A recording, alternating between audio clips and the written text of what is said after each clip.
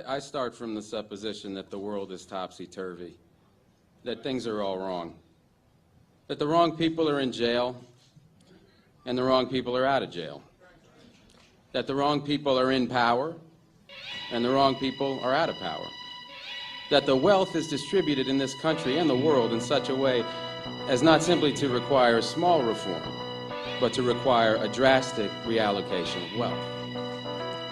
I start from the supposition that we don't have to say too much about this, because all we have to do is think about the state of the world today and realize that things are all upside down. Now, if you don't think, if you just listen to TV and read scholarly things, you actually begin to think that things are not so bad, or that just little things are wrong.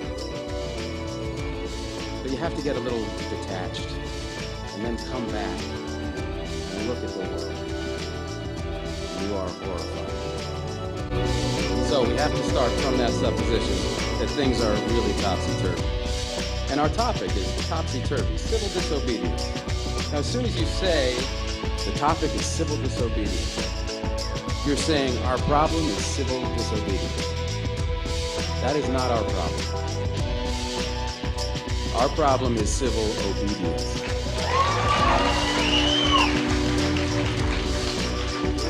Our problem is the numbers of people all over the world who have obeyed the dictates of the leaders of their government and have gone to war.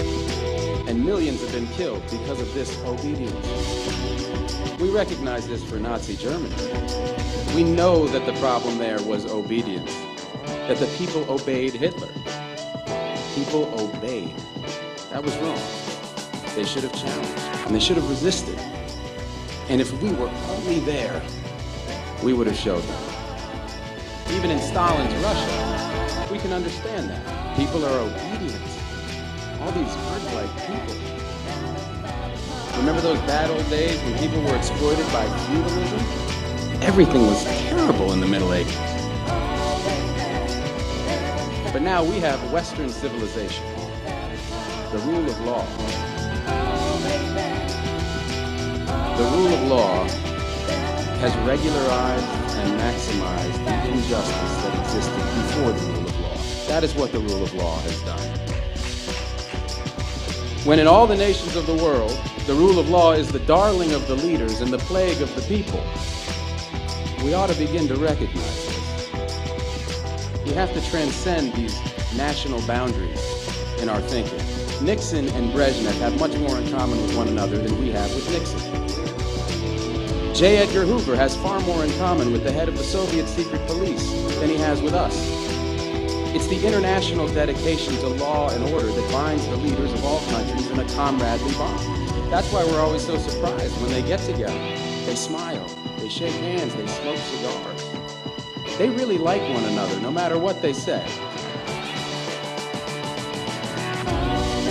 What we are trying to do, I assume, is really to get back to the principles and aims and spirit of the Declaration of Independence. This spirit is resistance to illegitimate authority and to forces that deprive people of their life and liberty and right to pursue happiness. And therefore, under these conditions, it urges the right to alter or abolish their current form of government, and the stress had been on abolish.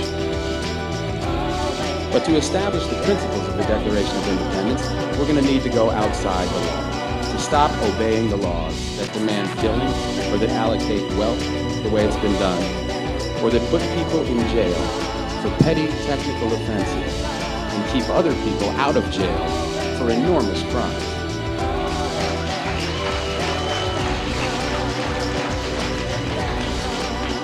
My hope is that this kind of spirit will take place not just in this country, but in other countries, because they all need it. People in all countries need the spirit of disobedience to the state, which is not a metaphysical thing, but a thing of force and wealth. And we need a kind of declaration of interdependence among people in all countries of the world who are striving for the same thing.